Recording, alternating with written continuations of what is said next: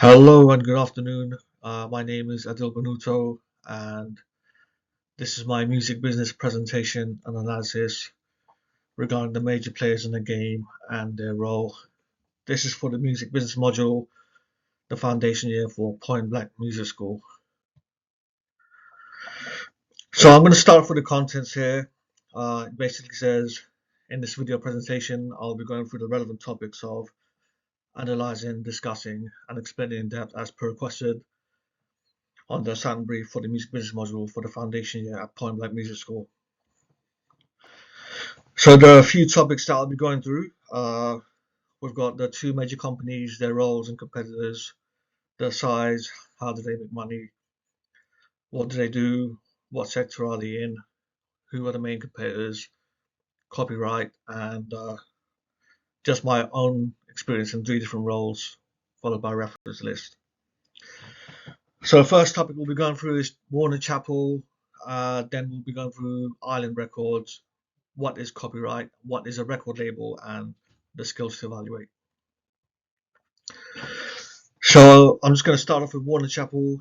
Warner Chappell is categorized as a major publisher and subsidiary of Warner Entertainment, which comprises of Warner Movies and Warner Music and predominantly dominates over half of the music market in comparison to mini majors and independents.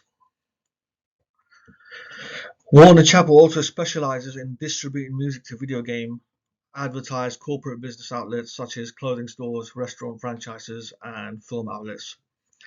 It has a role in the management of intellectual property of artists, creating a source or revenue for the artist and corporation. The estimated value of Warner Chappell is approximately $16.79 billion, with a revenue of $260 million in 2022. So what does publishing actually do? Publishing helps artists' music to be hired and distributed to sectors such as films, advertisers, and other purposes such as video games for music to be played as part of a different media and background music. Main competitors of Warner Chappell are Universal Music Publishing and Sony Music Publishing. Warner Chappell's music catalog consists of over 1.4 million compositions and 100,000 composers with offices in over 40 countries. Artists signed include Ava Max, INXS, George Michael, Fausto Lama, and Vicente Barco. So to top it off with Warner Chappell is a subsidiary of the Warner Music Group, and the Warner Music Group is a multinational entertainment record label conglomerate which dominates the music industry, which contributes to 2% of most music released and distributed and licensed commercially, compared to a majority of unknown mini majors and independents. It primarily generates revenue through various channels within the music industry.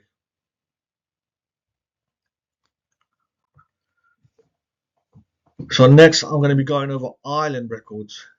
So Island Records is categorized as a major label which dominates more than half the market in comparison to a mini major and independent.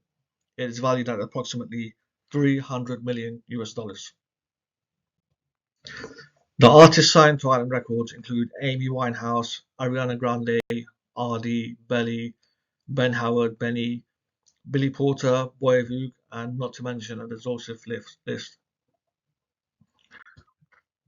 Island Records is a record label founded in Jamaica in 1959 by Chris Blackwell and Graham Goodall.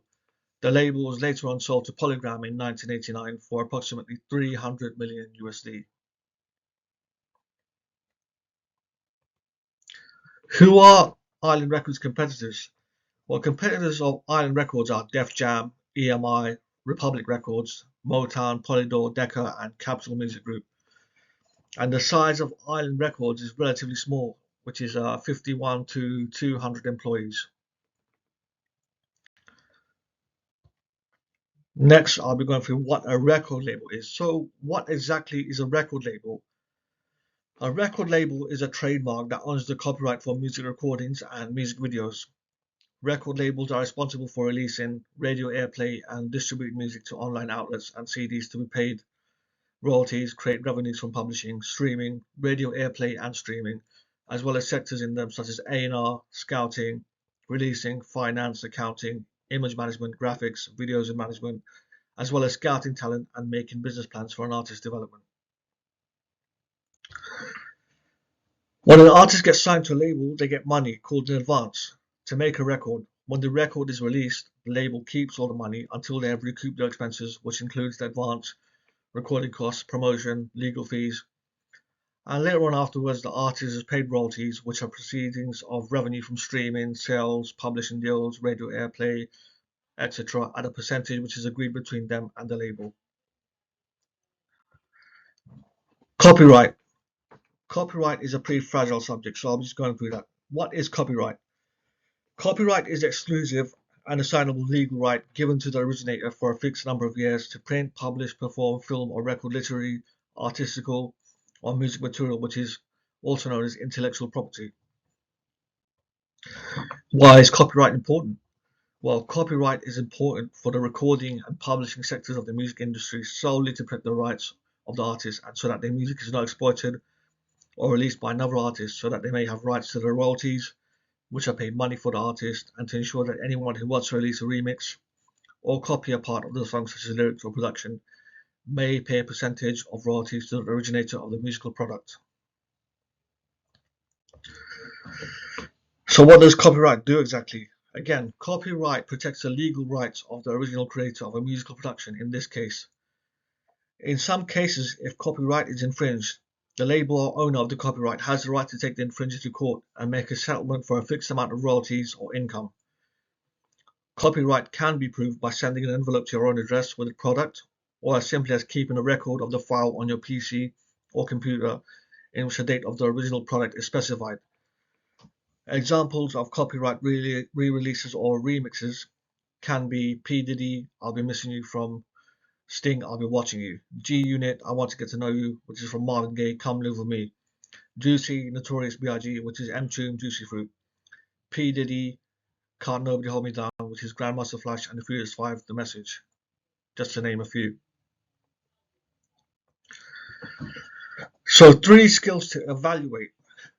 The 3 skills I've chosen to evaluate are number 1, A&R, number 2, music law, and number 3, executive producer. Skill 1, A&R. A&R stands for artiste and repertoire. So what skills do I have to be an A&R? I can select songs, I can produce, I can select songs, I can select a producer and book studios. But the skills I don't have are interpersonal connections, written and spoken communication skills. Ideas on how to attain these skills. I would like to work around other execs and A&Rs, continue current studies and learn practical business skills, complete my music management degree, read music business reports, learn business communication and writing, watch documentaries on music professionals. We move to skill number 2, which is music law. What skills do I have for music law? Copyright law, music licensing, skills I don't have.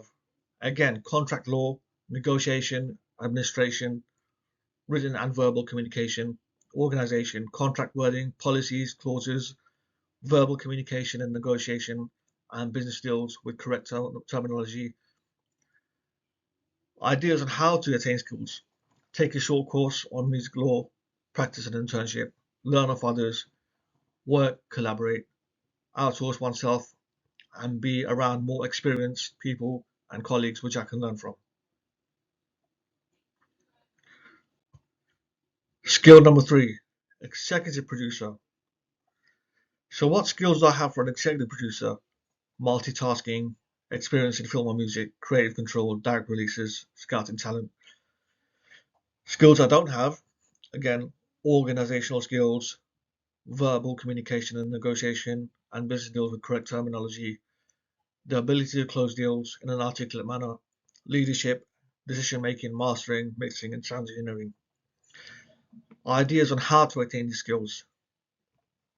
Read more on each topic, practice English and perfect communication for negotiation and business deals, learn how to close deals in an effective and articulate manner, sound engineering, work around and spend time around other sound engineers.